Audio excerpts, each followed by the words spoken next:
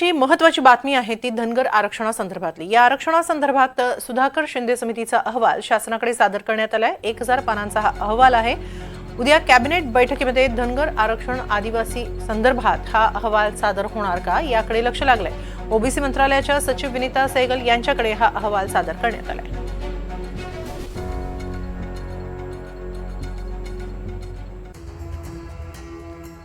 बिहार, मध्य प्रदेश, तेलंगणा, उत्तर प्रदेश, छत्तीसगड या राज्यांतील आरक्षणाचा अभ्यास करून हा अहवाल सादर करण्यात आलेला आहे।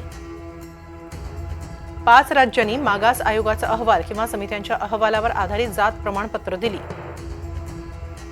या 5 राज्यांनी जात प्रमाणपत्र दिलेली आहेत। अहवालात नमूद आहे,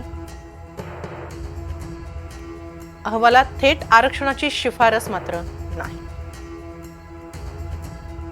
8 महिने या अहवालाचं कामकाज चाललं।